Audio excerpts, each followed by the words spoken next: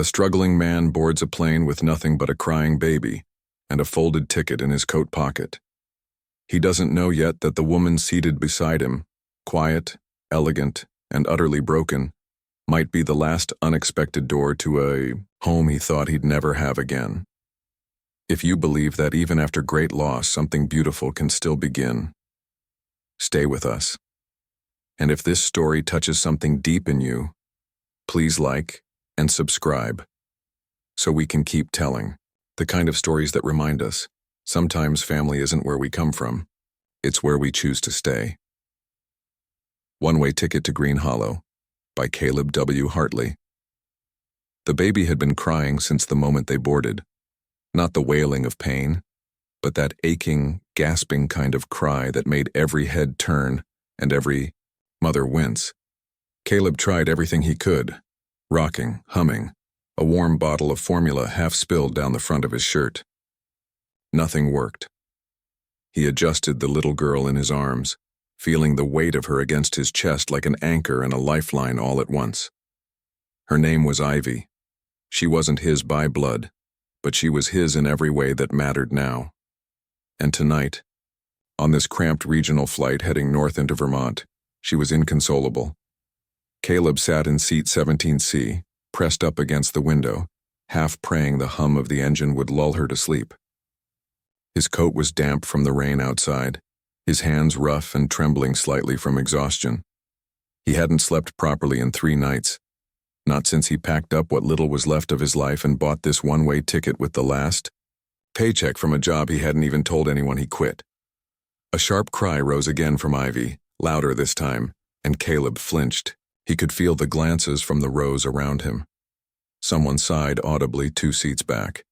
He muttered a low apology and bounced Ivy gently, his voice barely above a whisper. "Come on, baby girl. Not now, please."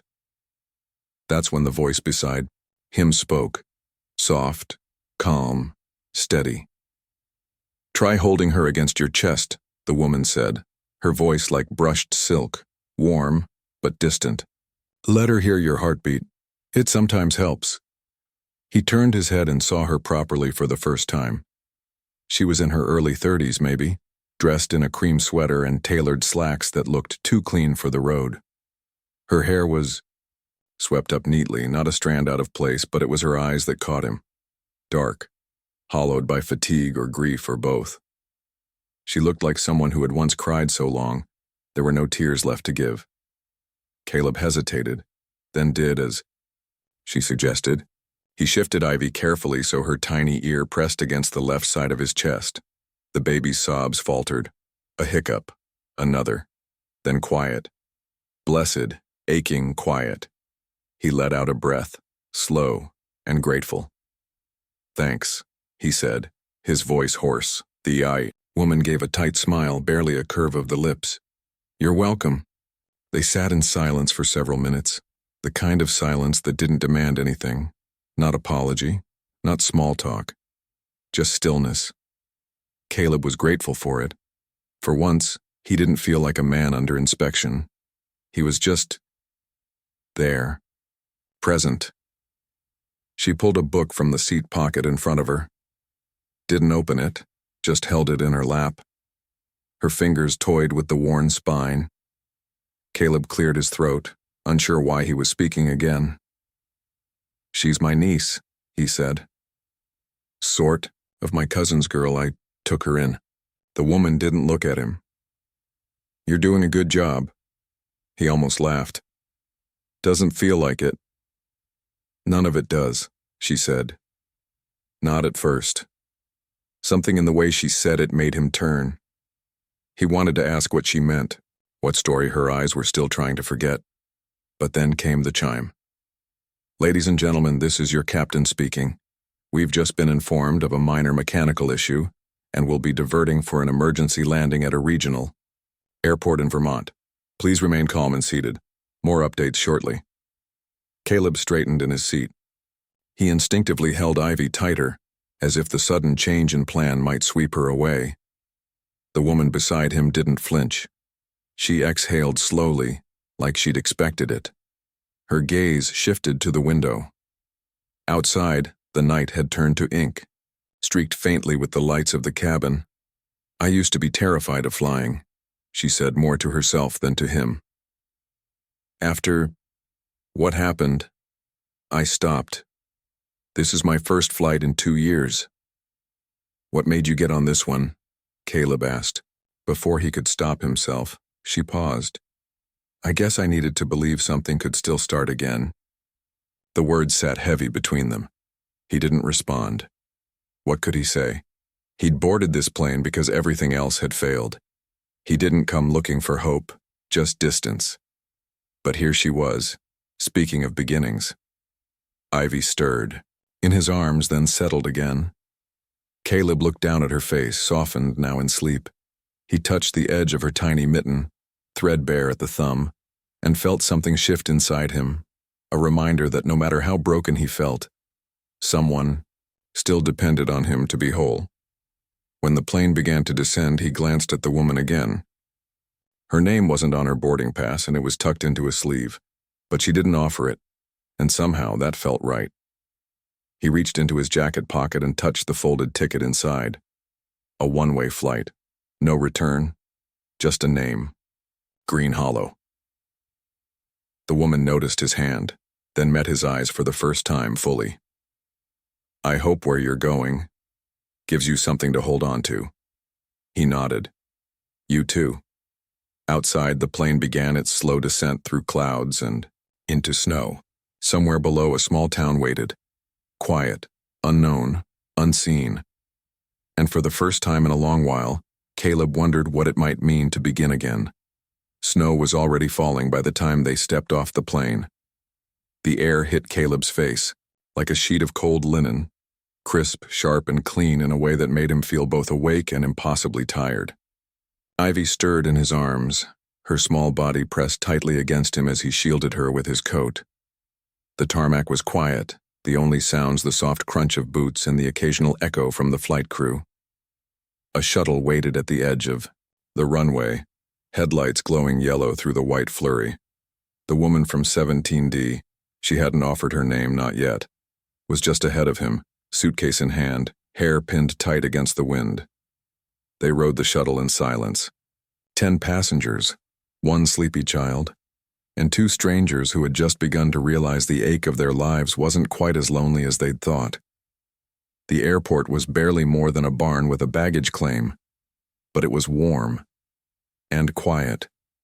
Caleb sat on a cracked vinyl bench in the corner while Ivy slept in his lap. The woman sat across from him, scrolling through her phone but not really looking at it. "You said it's your first flight in 2 years," he said finally, his voice low. "Why now?" She looked up. Her eyes didn't flinch. "Because I ran out of reasons not to." That answer hung in the air between them. Honest. Stark. Like winter light through a dirty window. She glanced at Ivy. "I had a daughter, Lily. She'd be 6 now." Caleb didn't speak, didn't blink, just listened, the only thing he could offer. "She died in a car accident," she continued. "I bought the car. It was a surprise. One of those hybrid things. My ex-husband was driving. They said it wasn't his fault, black ice. But the guilt doesn't care about reports." Her voice didn't crack. That was the worst part, how steady it was, like she'd told the story 1,000 times in her head but never dared to speak it aloud. "I stopped flying. I stopped doing a lot of things." Caleb swallowed hard. "You came alone?" "I didn't plan to," she said. "But there's not much left of what used to be my life. I kept waiting for it to feel like it used to, but it never did." Caleb nodded slowly. "Yeah, I know that feeling." The woman leaned forward, elbows on knees. "What about you?" He looked down at Ivy, her mittened hand still curled near his chest. "I used to own a garage," he said. "Small town, family business. My old man taught me everything I know. I worked that place until my bones ached and my clothes smelled like oil." "What happened?" Caleb laughed once, dry and tired. "A fire. One I didn't start, but they thought I did. Insurance fraud, they said. The papers ran it. My name, my face, my wife. He paused. She left 2 weeks later. Said she couldn't live with the shame, or with someone who couldn't fight back. I'm sorry, she whispered. He shrugged, but it hurt. I used to think being quiet was the same as being strong. Turns out silence just gives people space to decide who you are. They sat like that for a long time. 2 people in a half-empty airport, surrounded by strangers and storm clouds saying things they hadn't meant to share. When the announcement came over the intercom, the voice was warm, local, a woman with a Vermont drawl. All incoming passengers from Flight 743, please be advised. All commercial flights are grounded until further notice due to heavy snowfall. We've arranged for a free shuttle to the Green Hollow Inn, located 3 miles from the airport. You'll be guests of the town tonight. Eliza, he heard the name now, finally, when she checked in for the shuttle, nodded, and turned back. To him. You got a place to go? Caleb shifted Ivy carefully in his arms. Nowhere that isn't covered in snow. She hesitated. I heard them say the inn's only got a few rooms left. If you want, we can share one. For the baby's sake. Caleb blinked. Are you sure? She smiled, just a little. It's Vermont. It's not like I'm offering to share a tent in the desert. He smiled back, surprised at how natural it felt. Thanks. They boarded the shuttle together. Ivy nestled between them. The bus rumbled through snow-lined roads, pine trees bending beneath the weight of winter. The lights of Green Hollow twinkled in the distance, quiet and soft, like stars that had fallen and chosen not to leave. Caleb looked out the window and thought of everything that had led him here. The fire, the court date, the silence from friends who once toasted him at his wedding. All of it faded in the snow. Not gone, but blurred. And beside him sat a woman who hadn't meant to speak but did. A woman who once stopped flying. And somehow chose this plane, this night, this little town. Maybe hope didn't come with a sign. Maybe it came with a broken cry in seat 17C, and a voice beside you saying, try your heartbeat. And for the first time in months, Caleb let his guard down, just an inch, just enough to see the light ahead. The Green Hollow Inn looked like it had stepped out of a Christmas card someone forgot to send. The shuttle creaked to a stop in front of a 2-story lodge with gingerbread trim and smoke curling from a stone chimney. Snow blanketed the roof in thick, gentle folds, and amber light glowed from each window like a promise. Caleb stepped off the shuttle, Ivy cradled against his shoulder, the cold pinching at his face.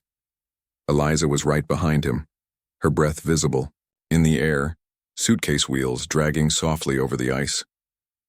Inside, the lobby smelled like cinnamon and cedar. A fire crackled in the hearth beneath a mounted photograph of the town from a century ago. A woman in her 60s and silver braid, wool cardigan voice like warm maple syrup, greeted them at the front desk. You'll be our guests tonight, she said, sliding 2 key cards across the counter. We've only got 1 double left, but it's got a working heater and 2 mugs by the fireplace. Make yourselves at home. Caleb hesitated. He opened his mouth to protest, to ask for a cot or a blanket and a spot on the floor, but Eliza placed a hand on his arm. We'll make it work, she said, then turned to the woman. Thank you. Room 204 was at the end of a long, narrow hallway lined with faded paintings of frozen lakes and country bridges. The door creaked as it opened. Inside, 2 twin beds sat side by side with a patchwork quilt folded at the foot of each. A small, stone fireplace flickered quietly, already lit. A rocking chair sat in the corner as if waiting for someone's grandmother to return. Caleb gently laid Ivy down on the far bed and covered her with his coat. She barely stirred. Eliza set her suitcase near the foot of the other bed and rubbed her hands together in front of the fire. Warm, she murmured. Thank God. Caleb sat on the edge of his bed, elbows on his knees. For the first time in hours, maybe days, he felt still. Not safe, not settled, but still. Eliza walked to the window and pulled aside the curtain. This town, it doesn't feel real. It's quiet, he said. Too quiet? No, Caleb said. Just enough. Later, when Ivy was asleep and the fire had burned lower, Eliza made 2 cups of tea from the basket by the fireplace. She handed one to Caleb and sat cross-legged on the other bed, barefoot now, her hair loosened slightly from the tight knot she'd worn all day. She looked younger like this. Not fragile, never that, but less guarded. Caleb took a sip of the tea. Chamomile, sweet and earthy. So, he said, trying for something lighter. You're always this trusting? Sharing rooms with strangers and all? She gave a half smile. You're not a stranger anymore. He blinked, surprised at how much those 5 words stirred something in him. Maybe it was the firelight, or the weight of everything unsaid between them, but the room didn't feel temporary anymore. Do you travel a lot? He asked. Used to, she said, watching the flames. Board meetings, conferences, product launches. I had a suite in Manhattan and a weekend place in Napa. Every part of my life had a password. Caleb let out a low whistle. And now? Have a suitcase, a few $1,000s, and no one waiting for me. He didn't know what to say to that. So he didn't. He just let the silence settle, and surprisingly, it wasn't uncomfortable. At some point, Ivy began to fuss. Caleb rose, scooped her up gently and rocked her in the armchair. She quieted instantly, her tiny face nuzzling into his shoulder. You're good with her, Eliza said softly. I'm trying, he said. It's a day-by-day thing. Isn't everything? He glanced at her. Do you miss it? The old life? She took a long moment. No, I miss her. Lily. Everything else was just noise. He nodded. My wife left after the fire. Said she couldn't live with someone the whole town whispered about. You didn't deserve that. Maybe not, he said. But it happened anyway. They didn't go to sleep right away. They sat by the fire long after the tea had gone cold, the glow painting their faces with soft gold. Occasionally, Caleb would glance at Eliza and catch her doing the same. That quiet checking in that people do when they're not quite sure what they're hoping to see.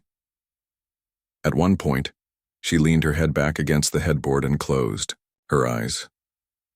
You ever think, she whispered, that the worst moments of our lives might be what save us? Caleb looked down at Ivy, sleeping now in the crook of his arm. He thought of the fire that took his shop, the silence that filled his home after his wife left, the moment he decided to walk away from everything familiar and board a plane to nowhere.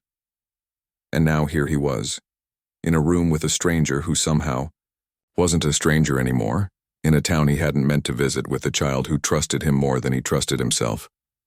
Yeah, he said. I think about that a lot. Outside the window, snow continued to fall, soft and soundless like a blanket being pulled over a day that had asked too much. Inside, the room held 3 people. A man who'd lost too much, a woman who'd stopped hoping, and a little girl who didn't know either of their stories, just that for now she was warm, and that was enough. The morning came quiet. Not the kind of quiet that presses in with emptiness, but the soft kind. The kind that wraps itself around you like a wool blanket pulled up under your chin. Caleb opened his eyes slowly, unsure at first where he was.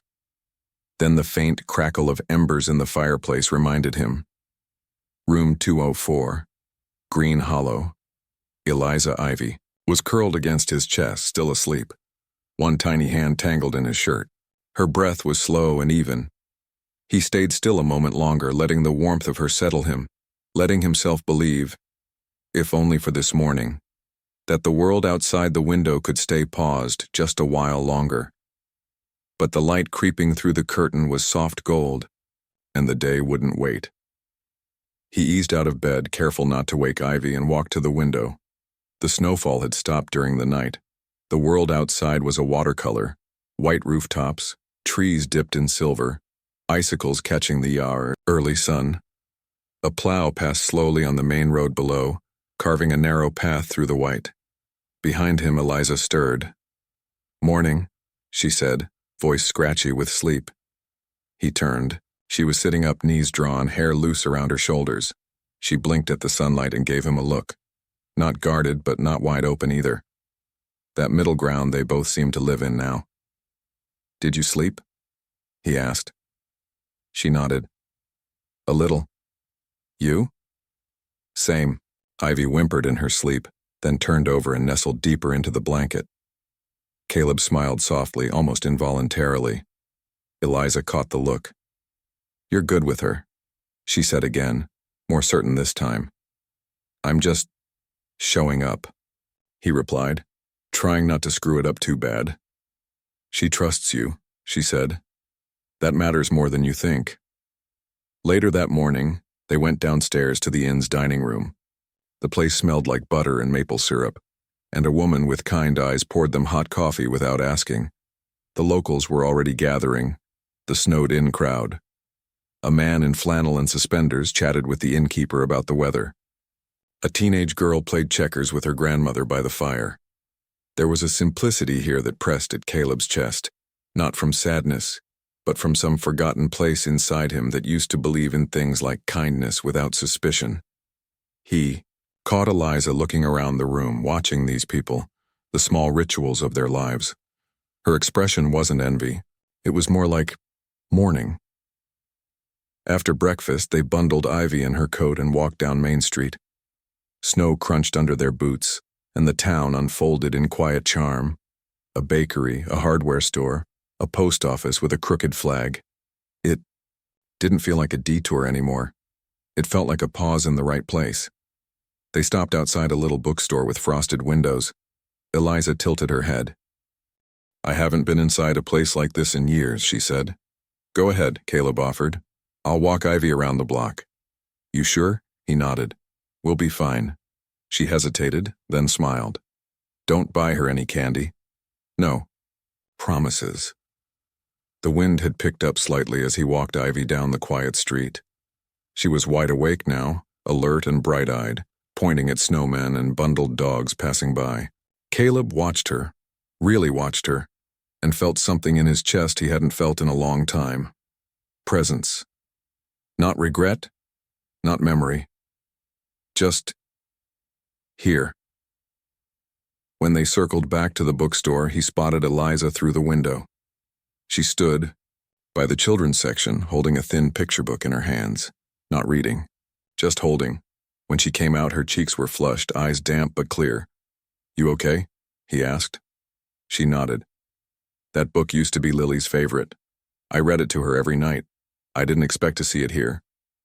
Caleb didn't speak, just walked beside her in silence, letting her have the space and the closeness all at once. That evening, back in room 204, they sat by the fire again.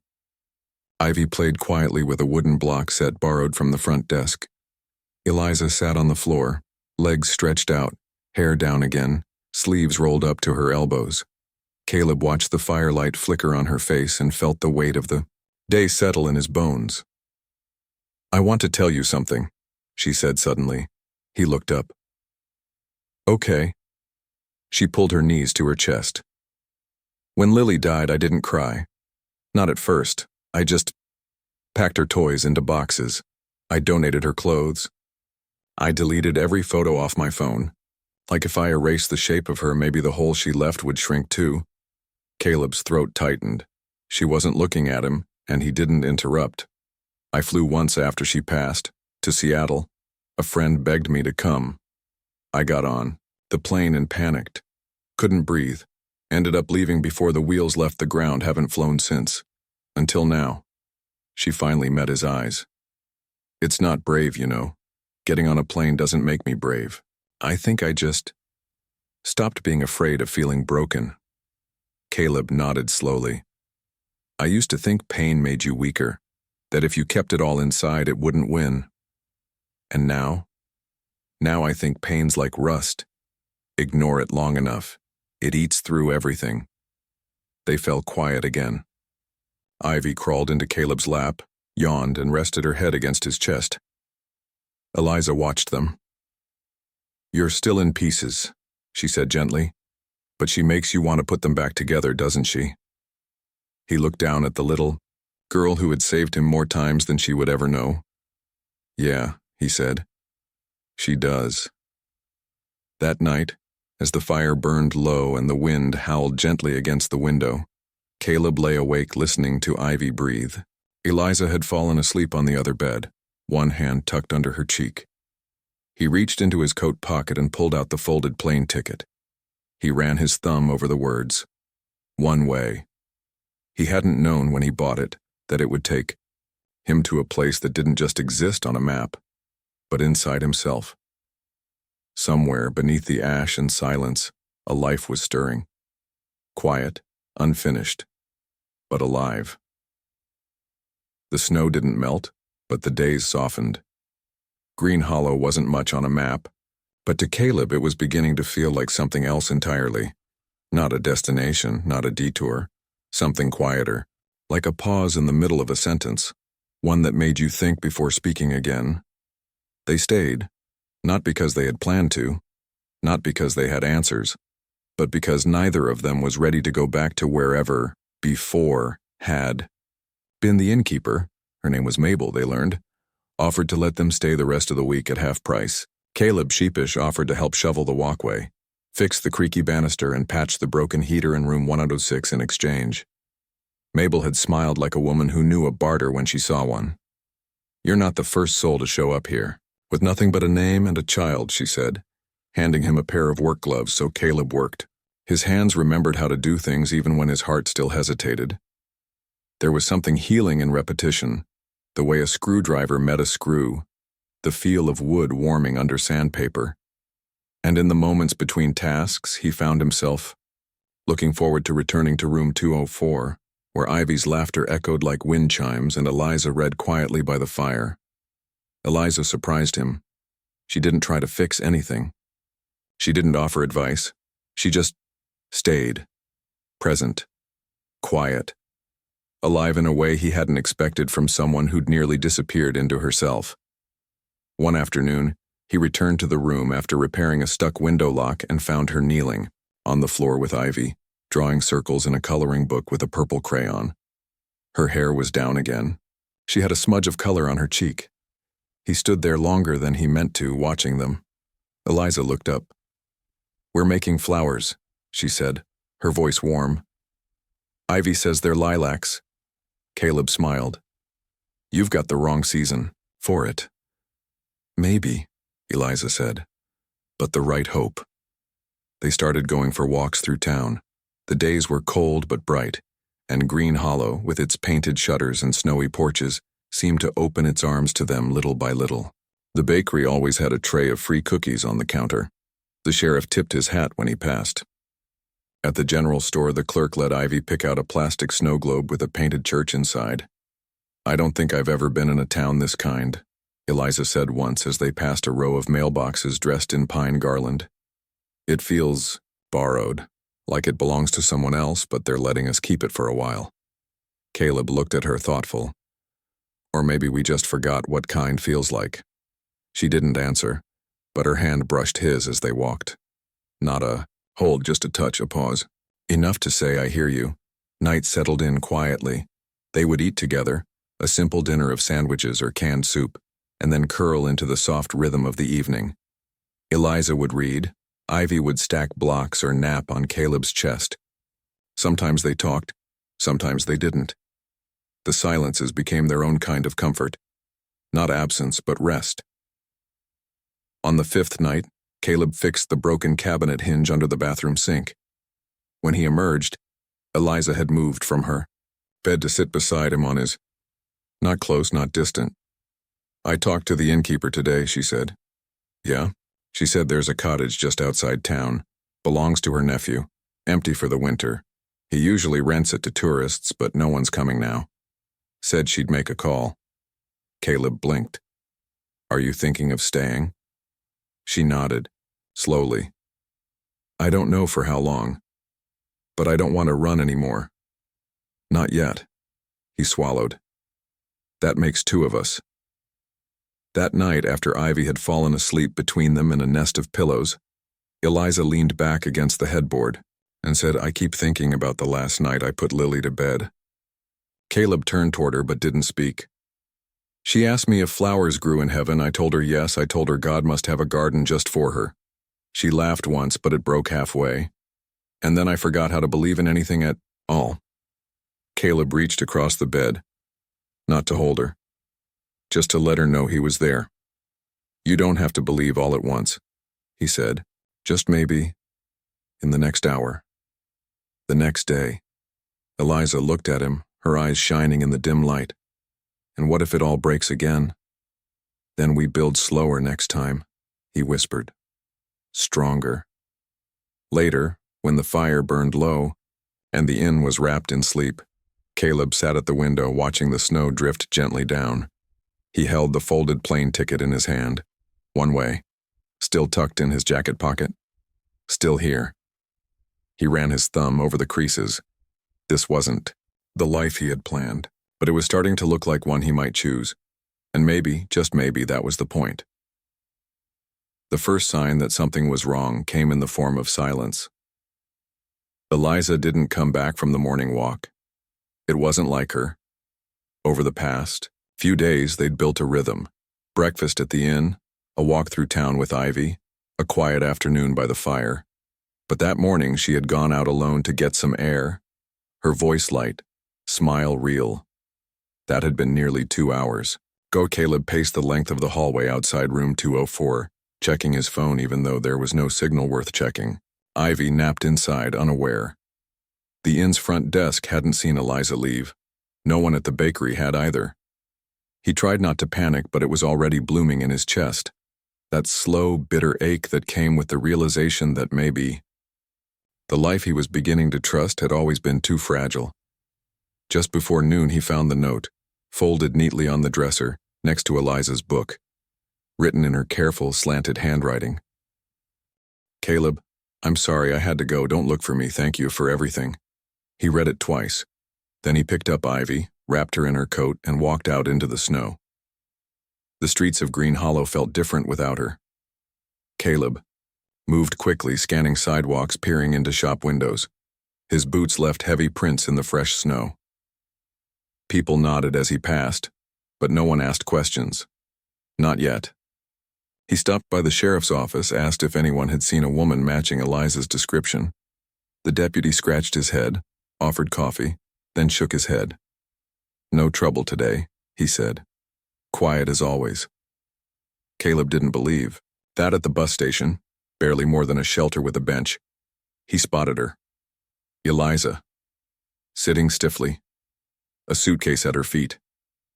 And beside her, a man in a dark coat, hands in his pockets, leaning too close, talking low and fast. Caleb stopped, cold. The man's back was to him, but he already knew. Something in the posture, the tension. A coldness that didn't come from the snow. Eliza didn't look up. Caleb moved before he thought.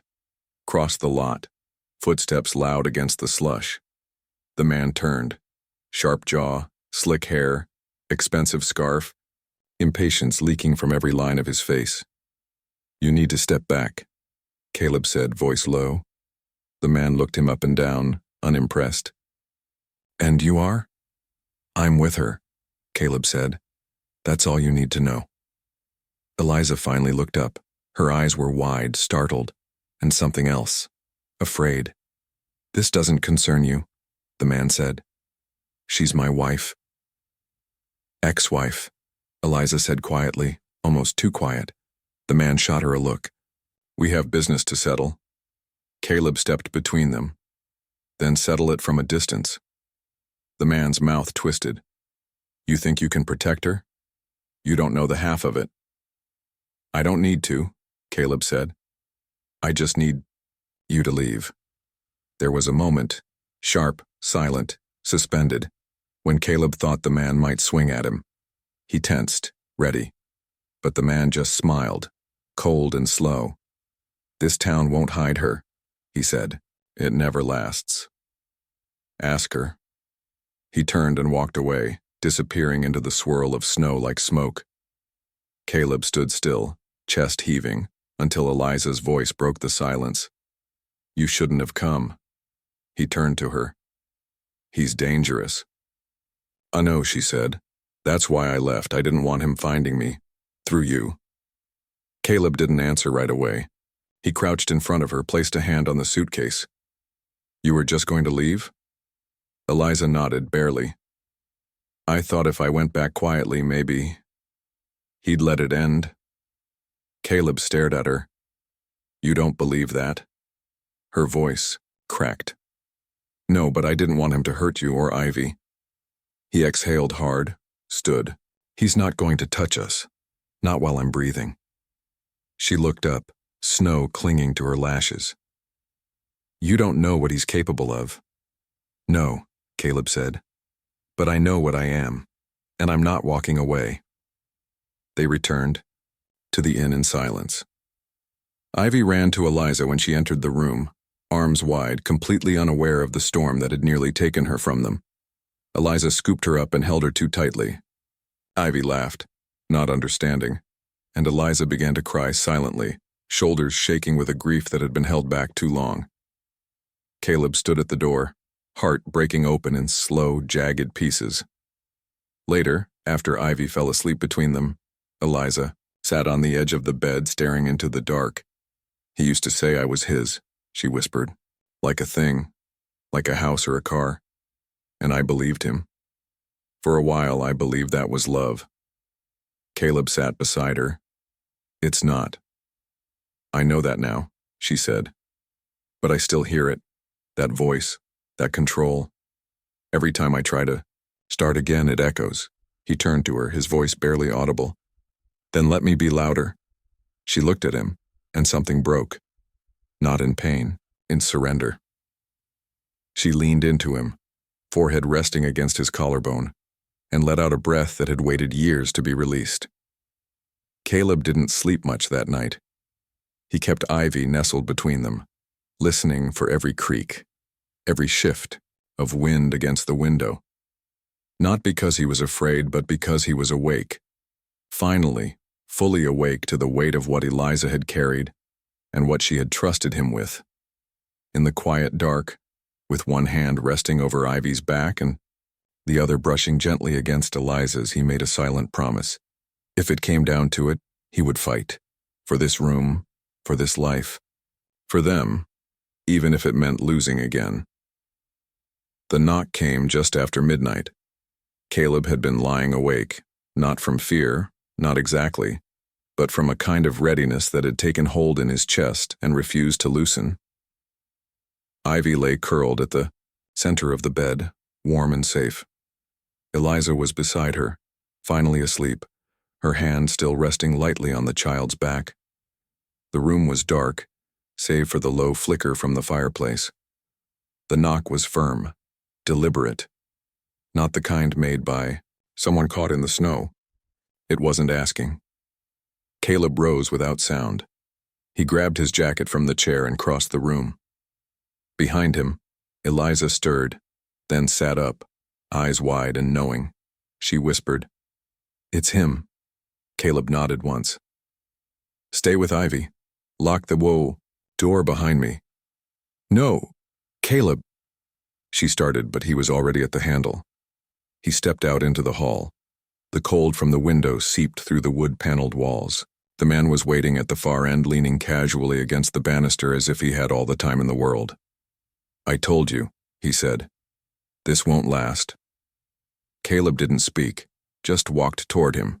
Slow, steady, like the ground. Itself needed to feel every step. "I could call the police," Caleb said. The man smiled.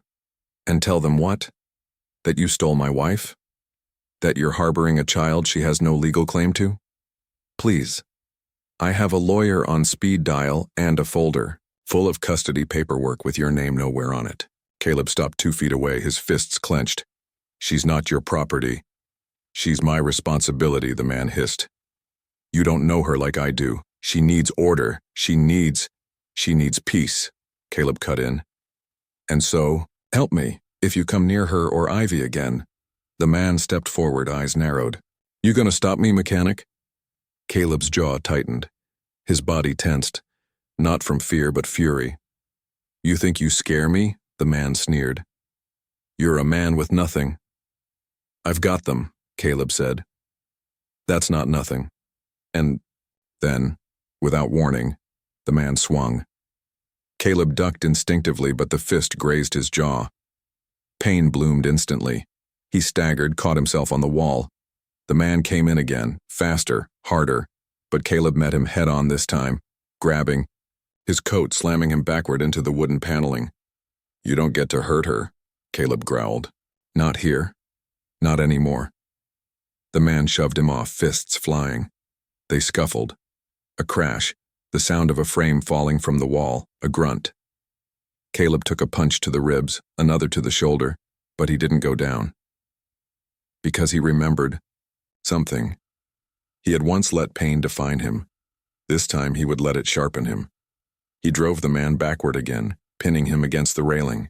For a moment they just stood there, breath fogging, bodies shaking. Rage and exhaustion pouring out of them in equal measure. Footsteps thundered from below. The innkeeper and the sheriff burst into view. "Break it up," the sheriff barked. "Hands where I can see them." The man stepped back, smirking. "He assaulted me. I want charges pressed." The sheriff looked between them. "I'll need you both to come down to the station." "I'm not going anywhere without her," the man said. "She's not under arrest," the sheriff replied. "And you're done here. Come quietly, or I'll have the cuffs out." The man's smile faltered. He glanced at Caleb one last time, then let himself be led away. Caleb leaned against the hallway wall, breath ragged. Blood trickled from his lip. His right shoulder throbbed. Eliza was suddenly there, a blanket wrapped around her, eyes wild. "Are you okay?" He looked at her, dazed, then nodded. "He won't hurt you again." She touched his face gently, fingertips tracing the edge of the bruise forming on his cheek. Her hand trembled. "Why?" she whispered. He didn't pretend not to understand. He swallowed hard, voice breaking. "Because I thought I forgot how to love. I thought it was gone, burned out of me. But then I saw you, and her, and..." He looked away, ashamed of how much it cost to say it out loud. "I couldn't lose this, not without fighting." Eliza stared at him, and for the first time he saw something in her eyes that hadn't been there before. Not grief, not guilt, but belief. She stepped forward, wrapped her arms around him, pulled him in close. Not desperate, not broken, but whole, because this time she wasn't holding on to survive. She was holding on to stay. Later that night, Caleb sat on the floor by the fireplace, Ivy asleep in his lap. Eliza leaned against the armrest beside them, her hand resting over his. "Heart, I don't know what happens next," she said. "Me neither, but I want to try," she whispered. "And I want to try with you." He closed his eyes, let the moment settle in his bones like warmth after frost. "You know what Ivy said this morning?" Eliza murmured. "What?" "She called me Mama. Just once, just soft. I thought I imagined it." Caleb smiled, eyes burning. "You didn't." Outside, the snow had stopped. The trees stood tall in the stillness, and somewhere beneath the silence something had shifted. A man who thought he'd forgotten how to love had remembered. And nothing, not the past, not fear, not even pain, could unteach that. It started with smoke, not much, just a thin curl, rising from under the crack of the door in the early hours of dawn. Caleb was the first to smell it, sharp, acrid, too familiar. He jolted awake, heart hammering before his brain caught up. Then came the sound, a crackle, a hiss, and the unmistakable orange glow flickering beneath the doorframe. "Eliza," he said, already moving. "Get Ivy." She was up in an instant, no questions asked. The old instinct, fear, survival, it returned too easily. Caleb grabbed their coats, scooped Ivy into his arms. The child stirred, then buried her face into his neck, sensing something wrong. The hallway was already filling with smoke. He wrapped a scarf around Eliza's mouth, then shoved open the door. The heat rushed in like a wave, blistering and alive. Down the corridor, fire licked its way up the wall from room 206, devouring wood and wallpaper alike. Back stairwell, Eliza gasped. He nodded, leading them fast and low. The inn creaked and moaned around them like something dying. Other guests spilled from their rooms, faces pale, clutching bags and babies, blankets and memories. They reached the stairwell just as the flames roared down the hall. Caleb didn't look back. Outside, snow fell in soft defiance as smoke billowed into the sky. Firefighters arrived minutes later, sirens muffled under snowfall. By then, the top floor of the Green Hollow Inn had already begun to collapse inward. Flames painted the sky in shades of orange and grief. Caleb stood on the sidewalk, Ivy still in his arms, Eliza beside him. Her face was streaked with ash, her hands trembling. They didn't speak. There was nothing to say. Their room, room 204, was gone. Their bags, their things. The picture book Eliza had found in the bookstore, Ivy's toy bear, the folded plane, ticket Caleb kept in his coat pocket, all gone. Hours later, the guests were gathered in the town's community center, a small brick building with creaky floors and warm soup. Volunteers moved quietly among them, offering blankets and reassurance. Caleb sat on a folding chair, Ivy wrapped tight in his arms. She hadn't cried, not yet. Children knew how to feel later when the world slowed down. Eliza stood by the window staring out at the snow. She hadn't spoken since they fled the fire. Caleb rose and walked to her, his shoulder brushing hers gently. "You okay?" She didn't answer right away. Then, in a voice flat and hollow, she said, "It happened again. I lost it all again." He didn't correct her. She wasn't wrong. This time, she whispered. It felt like home. For a little while. Room 204. You, Ivy. I thought I'd finally. Her voice cracked. It wasn't supposed to end like this. Caleb placed a hand on her back. Not to fix, not to pull. Just to say I'm here. Maybe it didn't end, he said. Maybe it just burned down enough to start over. She looked at him, eyes rimmed red. How do you do that? Just keep starting again? He didn't answer right away. His gaze drifted to Ivy, sleeping now under a donated quilt. I think, he said slowly, I just keep choosing, even when it hurts, even when I'm scared. I choose to try. That night they stayed at the home of Mabel, the innkeeper who had become something like family in a week. She insisted. You've got a place with me as long as you need it, she said, ushering them into her guest room. And don't argue. It's Vermont. We do stubborn better than most. The room was small, the bed soft, the air full of cinnamon and pine. Ivy slept in the middle again, her tiny body a warm constant between two people still learning how to hold on. Caleb couldn't sleep. He stared at the ceiling, thinking of fire. Not just the one that took room 204, but the one that took his garage. That hollow space that burned through his life and left him stranded. He had spent years building walls around that loss, mistaking isolation for recovery. But now, lying here beside two souls he couldn't bear to lose, he understood something. Grief didn't shrink. You just grew around it. The next morning, Eliza sat at Mabel's kitchen table, a mug of coffee between her hands. Caleb joined her, still groggy, still wearing yesterday's shirt. She looked up, met his eyes, and smiled. It was tired, but real. I don't want to run anymore, she said. He nodded. Me neither. She hesitated. There's a cottage just outside town. Mabel's nephew owns it. It's empty.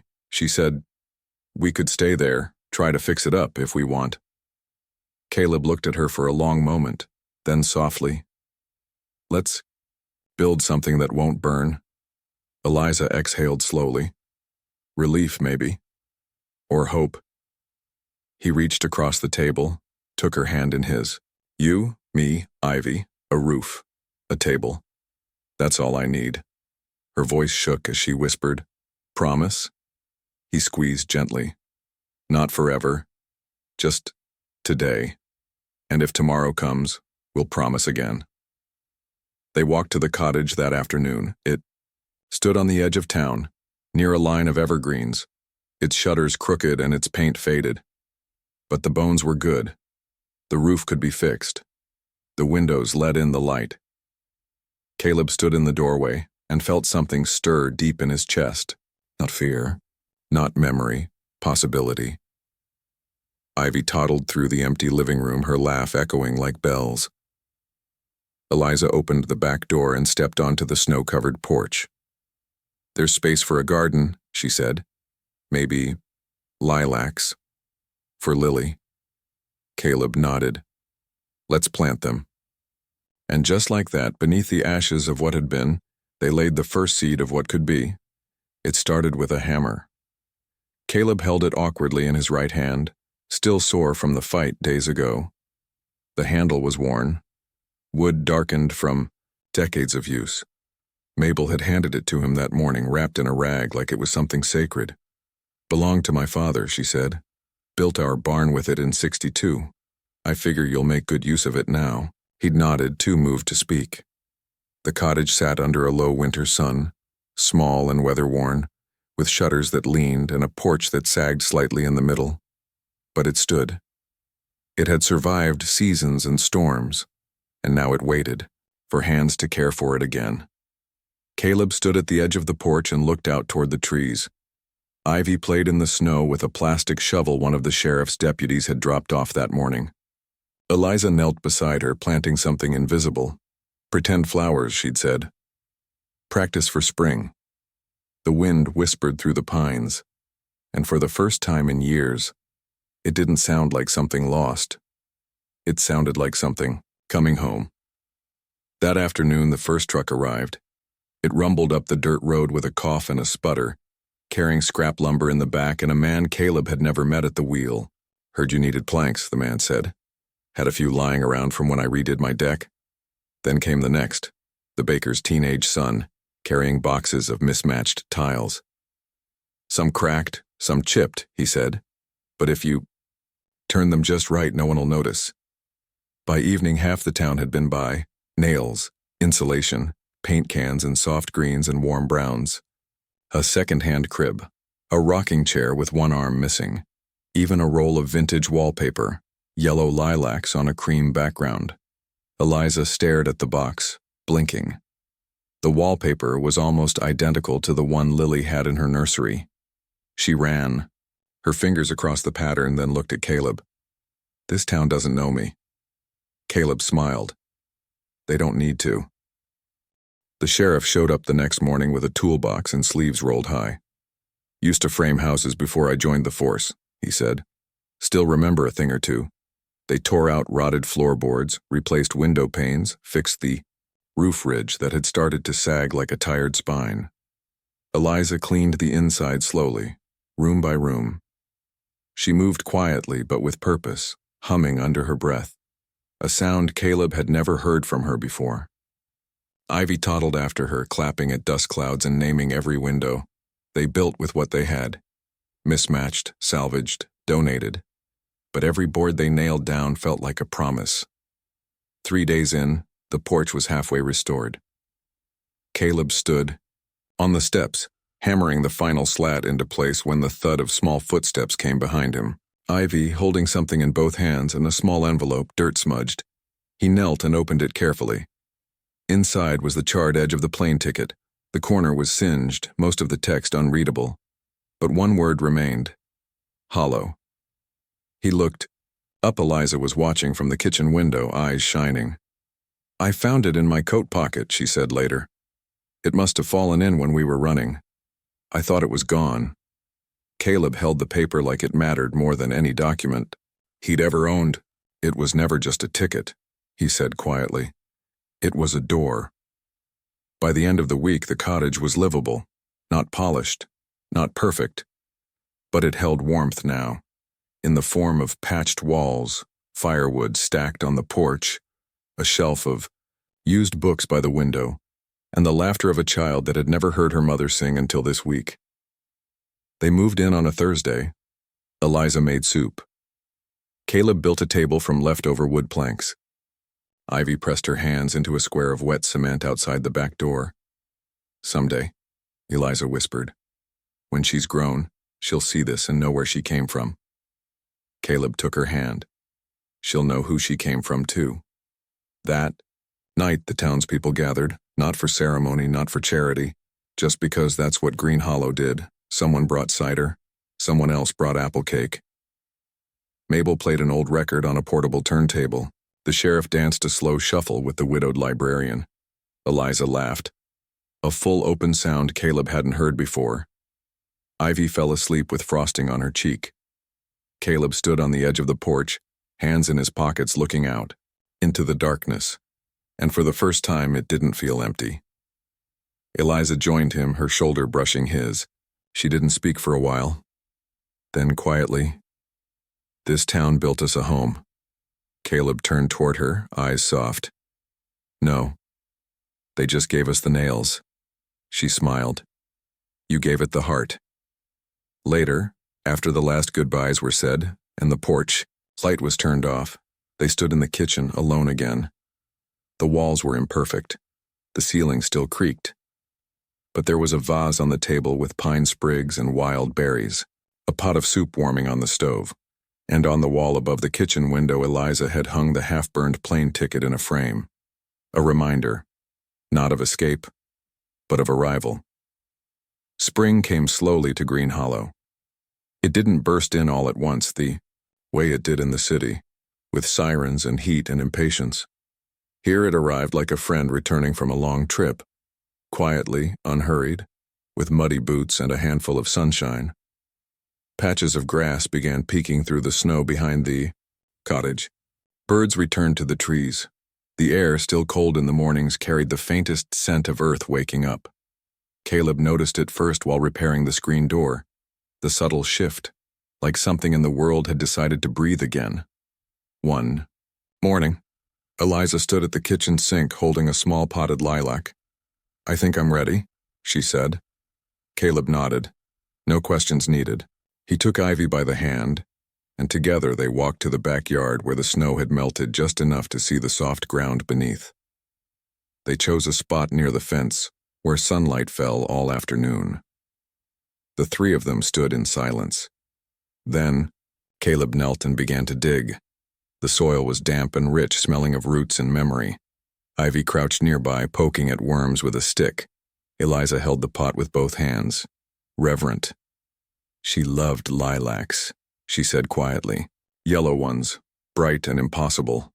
Caleb looked up. "They grow wild in Vermont." She smiled. "Of course they do." When the hole was deep enough, she placed the lilac inside, carefully, gently, as if it could feel the tenderness.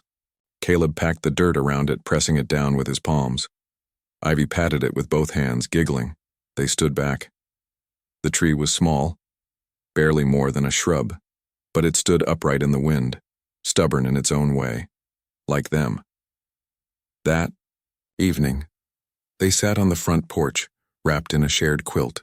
The cottage behind them glowed with life, soup simmering, the faint sound of Ivy humming to herself as she played with her blocks. They watched the sky turn gold, then lavender, then blue. Caleb held a mug of coffee in both hands. Eliza leaned against his shoulder, quiet. "I used to think healing would come all at once," she said, "like a door swinging open." "It doesn't," he murmured. "It's more like stairs. One step, then another." She nodded. "I think I stopped believing in love after Lily died. Not just romantic love, but the kind that stays when the storm comes, the kind that knows your worst and still doesn't leave." Caleb was quiet. Then he said, "I thought love was something I wasn't allowed to have anymore, like I'd spent it all." He turned to her. "But then I saw the way Ivy looked at you, and the way you looked back. And I realized, maybe love doesn't run out. Maybe it just waits for us to come back." Her eyes filled slowly. "You came back." "I didn't know I could." They didn't make big promises. No rings. No declarations, just a soft rhythm. Two people waking up in the same house, boiling water for tea, checking on a sleeping child in the middle of the night. Kindness passed in small hands. A coat hung by the door, a note left on the table, a laugh shared over a burnt piece of toast, and a garden slowly growing. Ivy began calling Eliza Mama like it had always been true. Caleb didn't correct her. Eliza didn't cry the next time.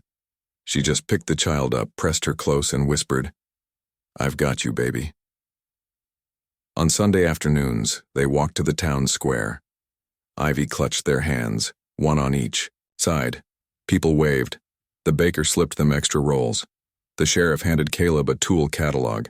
Mabel sent them home with canned peaches and weather predictions. No one asked how long they planned to stay, they already knew. The lilac tree bloomed in early May, tiny yellow flowers, soft as breath. Eliza stood in front of it one morning, fingers brushing the petals, her eyes distant. Caleb joined her, wrapping an arm around her waist. "She'd like this," Eliza said. "She would," he said. Then she turned to him and, without preface, without fear, said, "I want to be with you. Not just here, not just for now. I want to wake up next to you in 20 years and still make terrible coffee and hear Ivy yell at us for kissing in the kitchen." Caleb laughed, his eyes damp. "You sure?" She nodded. "I don't need forever. Just today. And if tomorrow comes, we'll choose again." He finished. That night, Ivy crawled between them on the couch, already half asleep, thumb in her mouth. Eliza stroked her hair. Caleb watched the fire burn low in the hearth. Outside, wind rustled through the trees. Inside, a family sat together, one not made by blood, but by choice. A family that had learned the difference between survival and living. Between being rescued and being seen. The framed plane ticket still hung above the window. Scorched at the edge, the ink faded, but the word hollow remained. It no longer looked like an ending. It looked like a door that had led them here. To the lilac tree, to the porch light left on, to the promise that didn't need to be spoken aloud to be real. If this story lingered in your heart, even just a little, we hope you'll carry it with you into tomorrow, because sometimes the softest promises are the ones we never say out loud, but choose to live by, day after day. If you'd like to walk with us on more journeys like this, stories of healing, home, and quiet courage, please like and subscribe. We'd love to have you stay a while.